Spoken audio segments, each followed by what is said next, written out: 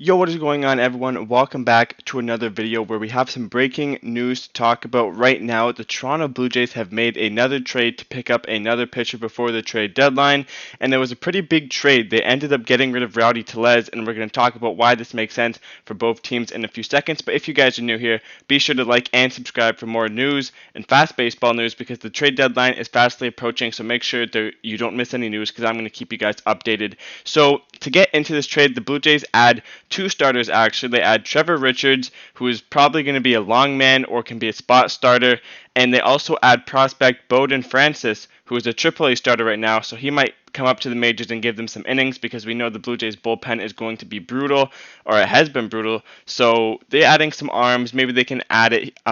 Maybe they'll take away I hopefully the Chatwood or Dolis because those two cost the team a lot of games. And the Brewers add Rowdy Tellez. This is basically someone who can replace Vogelback at first base. We saw the Brewers sort of turn Willy Adames into a really good hitter. Adames said that he couldn't really hit well in Tropicana Field. Maybe Rowdy Tellez turns his year and career around with the Brewers like Adames did, and he just starts raking.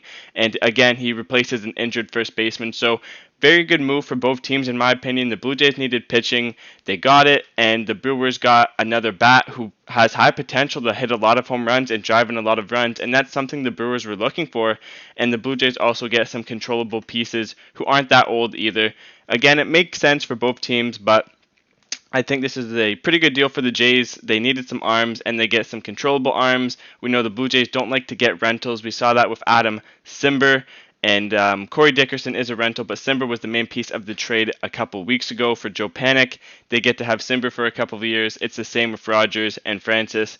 And again, the Brewers get to have Tellez, who honestly has a ton of potential, but it just didn't work out in Toronto. He couldn't get it going. He started the year like 0 for 40. So hopefully he can turn things around in Milwaukee. I think both teams got what they were looking for. Let me know in the comments what you think about this deal, what this means for Toronto. I think it just opens up the door to keep upgrading the bullpen, like Chatwood, Dolis, Saucedo.